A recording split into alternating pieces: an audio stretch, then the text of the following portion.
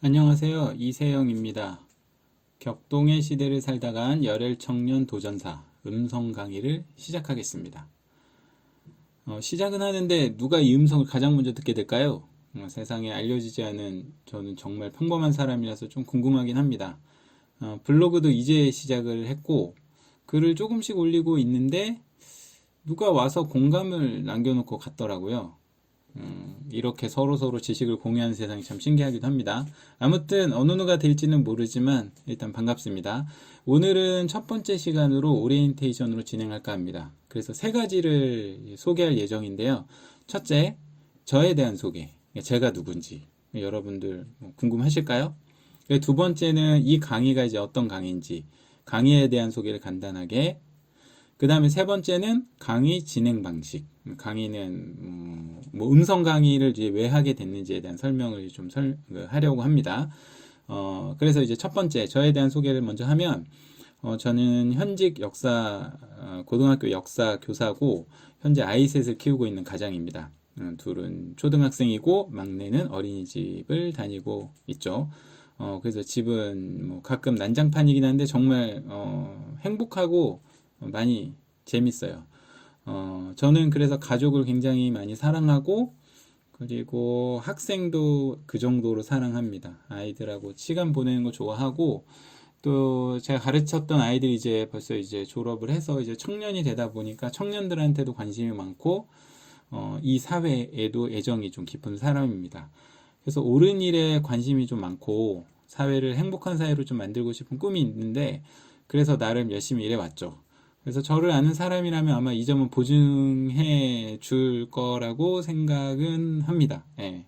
하고, 집안일로 이제 갑자기 좀 휴직을 하게 됐어요. 그래서 그 계획하지 않았던 휴직이다 보니까, 아이들 이제 돌보고 나서 좀 개인 시간을 좀 갖게 됐는데, 밤 시간이라던가 새벽 시간에 제 인생을 좀 돌아보는 시간을 좀 갖게 됐고, 저 나름대로도 이제 살아오면서 소명을 갖고 살았다고 생각은 했었는데, 제가 좀 바쁘게 지내면서, 제가 좀 놓치고 있었던 좀 가치들이 좀 있지 않았나라는 반성을 좀 많이 하게 됐습니다. 그래서, 그 고민 중에 이제 제 나이에 맞는 사회적 책임을 좀 져야 되지 않나, 이런 생각을 좀 하게 됐고, 아까 이제 학생들한테 관심이 많아서 시간을 많이 투자했다고 했는데, 사실 그 아이들 이제 졸업하고 나면, 그 사실 관심을 갖고 계속 그 신경 쓰기가 좀 어려운 점이 좀 있거든요.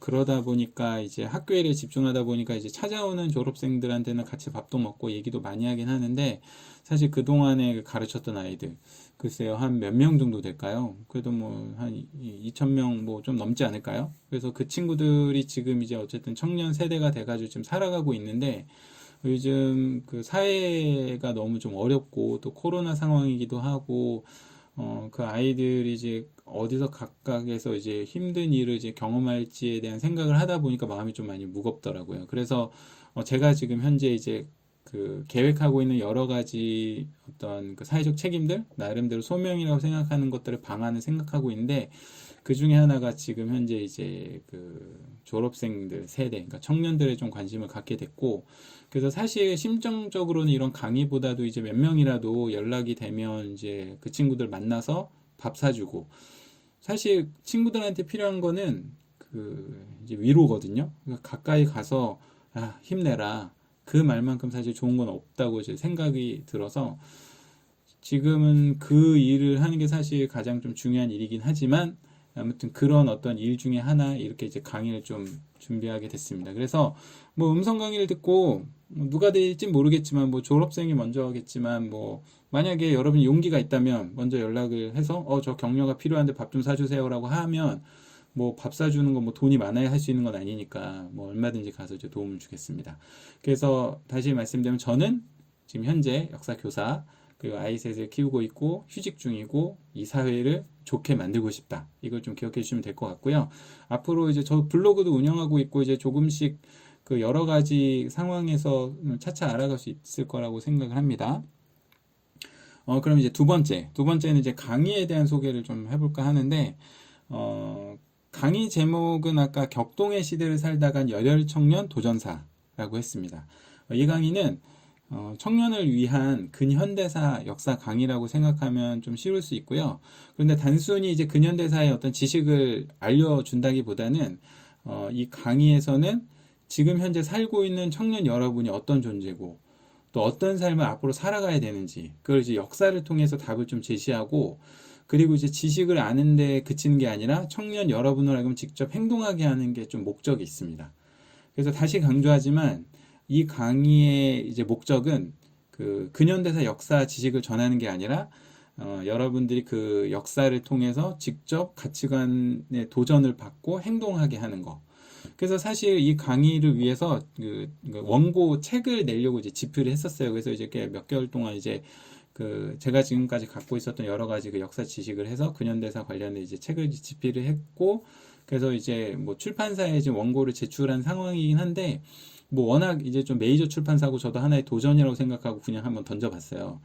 그래서 뭐 제가 생각할 땐 굉장히 재밌는 강의라고 생각은 하지만 워낙 그 어떻게 보면은 그 전문가들 눈에서는 함량 미달일 수도 있기 때문에 당장 뭐 책으로 나오지 않을 수도 있죠. 하지만 뭐 책이 나오건 안 나오건을 떠나서 그 여러분들한테 강의를 통해서 뭔가 좀 도전이 되고 위안이 되고 아 내가 정말 중요한 존재구나라는 걸 설명할 수 있다면 뭐 그걸로 충분하다고 생각합니다.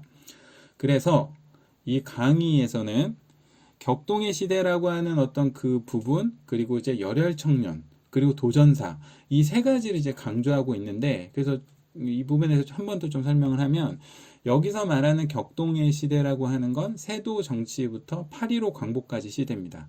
아마 여러분들이 역사에 대해서 잘 모르더라도 아마 일제시대가 힘들었다는 거는 아마 알고 있을 텐데 지금의 시대를 살기 힘들다고는 하지만 앞으로 다룰 정말 그 격동의 시대에 대해서 자세하게 알게 되면 와 정말 어떻게 저기서 저렇게 살 수 있었지? 라는 생각을 여러분 할 수 있겠고 그 일본이 우리나라한테 나쁜 짓을 했다는 걸 알고 있겠지만 각 분야마다 그 각 분야에서 일하는 청년들이 어떤 그 고민과 고통 속에 살아왔는지에 대해서 아마 생각해 볼 기회가 없었을 거예요. 그런데 이 강의를 통해서 아마 여러분들이 그 고통을 알 수 있을 거라고 생각을 합니다.